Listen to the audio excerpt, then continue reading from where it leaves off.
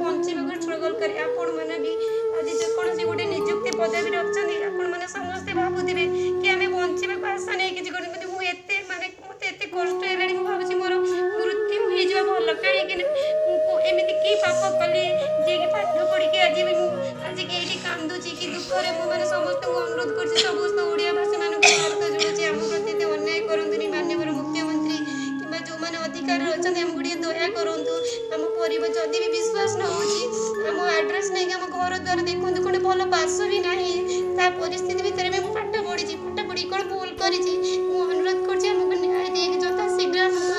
ଝିଅମାନଙ୍କର ରକ୍ଷା କରନ୍ତୁ ଯେଉଁ ବାପା ମାଆଙ୍କ ମୁହଁରେ ବି ଟିକେ ହସ ଫୁଟାନ୍ତୁ କେତେ ଦିନ ପର୍ଯ୍ୟନ୍ତ ଏମିତି ଆମେ ମିଛ କହି ଚାଲିଥିବୁ ଆଜି ପର୍ଯ୍ୟନ୍ତ ବି ଆମେ ସଫଳତା ଆରରେ ପହଞ୍ଚି ପାରୁନୁ ଆମର କ'ଣ ହେଉଛି କି କ'ଣ ନାହିଁ ଆମେ କିଛି ବି ଜାଣିପାରୁନୁ ମନ୍ତ୍ରୀମାନଙ୍କୁ ଅନୁରୋଧ କରୁଛୁ ଆମେ ତ ମୁଖ୍ୟମନ୍ତ୍ରୀଙ୍କୁ ନିର୍ବାଚିତ କରି ଆସୁଛୁ କିନ୍ତୁ ସେ ଆମର ଟିକେ ଦୁଃଖ ବୁଝନ୍ତୁ ତାଙ୍କ ଝିଅ ବୋଲି ଭାବନ୍ତୁ ନହେଲେ କେହି ତ ଭାବନ୍ତୁ ଆମର ଆଉ କେହି ନାହାନ୍ତି ଆମକୁ ଏତିକି ଅନୁରୋଧ କରୁଛୁ ନ୍ୟାୟ ଟିକେ ଦିଅନ୍ତୁ ଆମକୁ ନିଯୁକ୍ତି ଦିଅନ୍ତୁ ନଚେତ ଆମେ କ'ଣ କରିବୁ ଏତିକି କହିକି ମୁଁ ଅନୁରୋଧ କରୁଛି ନମସ୍କାର କରୁଛି ସମଗ୍ର ଓଡ଼ିଶାବାସୀଙ୍କୁ।